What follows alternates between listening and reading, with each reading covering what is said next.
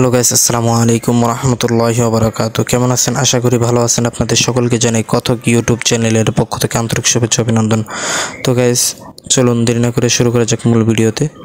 Guys, প্রথমেই আপনাদেরকে বলে নিই, যারা এখন আমার চ্যানেলকে সাবস্ক্রাইব করেননি জলদি সাবস্ক্রাইব করে দিন এবং পাশে থাকা বেল আইকনটিকে ক্লিক করে দিন, যাতে পরবর্তী যে ভিডিওগুলো আসবে সেগুলো যেন আপনি খুব শীঘ্রই পেয়ে যান। তো গাইস, চলেন। প্রথমে হচ্ছে এমসিকিউ ও সৃজনশীলের নির্দেশনা। এমসিকিউর জন্য মূল বইয়ের কোনো বিকল্প নেই। এমসিকিউ আপনি পড়বেন এবং মূল বই পড়বেন না, এটার কোনো বিকল্প হতেই পারে না। প্রতিটা গল্প ও কবিতার মূল কনসেপ্ট অবশ্যই ক্লিয়ার থাকা লাগবে। আপনাদের অবশ্যই মূল কনসেপ্টগুলো ক্লিয়ার থাকতে হবে, লাইন বা লাইন।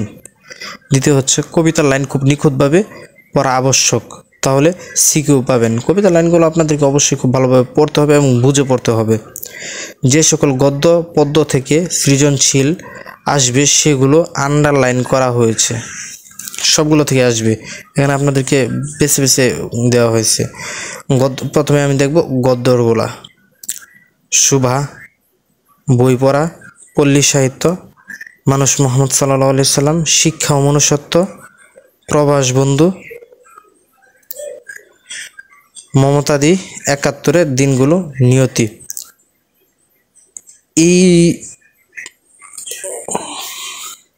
অধ্যায়গুলো থেকে আপনাদের অবশ্যই যে 7টা সৃজনশীল আসবে, 7টা সৃজনশীল আপনাদের এই কয়েকটা থেকেই পড়তে হবে। এখানে গদ্যতে আছে 9টা এবং পদ্যতে আছে 7টা। 9 আর 7 হচ্ছে 16টা। তো এই 16টা আপনাদের অধ্যায় পড়তে সর্বোচ্চ আপনাদের সময় লাগবে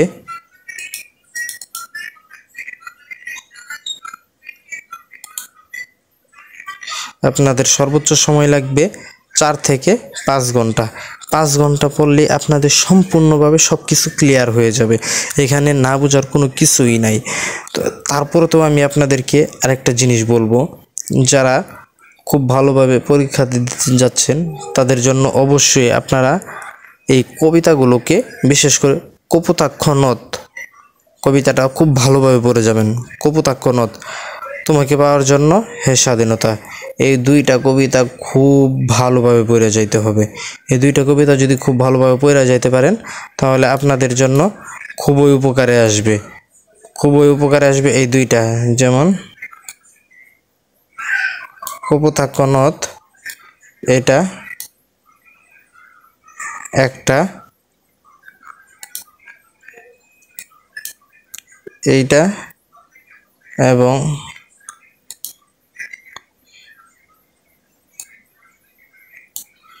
এই 2টা আপনাদের খুব কমন। এই 2টা আপনাদের খুব প্রয়োজনীয়, এই 2টা আপনাদের লাগবেই। এই 2টা, এইটা এবং কপোতাক্ষ নদ, এই 2টা আপনাদের অবশ্যই লাগবে। এই 2টা খুবই কমন, মানে প্রতি বছরে এই 2টা থেকে প্রশ্ন আসবেই। তো গ্যাস, আপনারা খুব ভালোভাবে পরীক্ষা দিন, খুব ভালোভাবে পড়ুন এবং বিশেষ করে এমসিকিউগুলা প্রতি বইয়ের প্রতিটা অধ্যায়ের এমসিকিউগুলো খুব ভালোভাবে দেখবেন। এমসিকিউ লাইন বা লাইন পড়ার চেষ্টা করবেন যেন এমসিকিউগুলো আপনাদের ক্লিয়ার থাকে। তো গ্যাস, আজকে এই পর্যন্তই। খুব ভালো থাকেন, সুস্থ থাকেন এবং ভালোভাবে পরীক্ষা দিন আশা করি। আসসালামু আলাইকুম ওয়া রাহমাতুল্লাহি ওয়া বারাকাতুহু।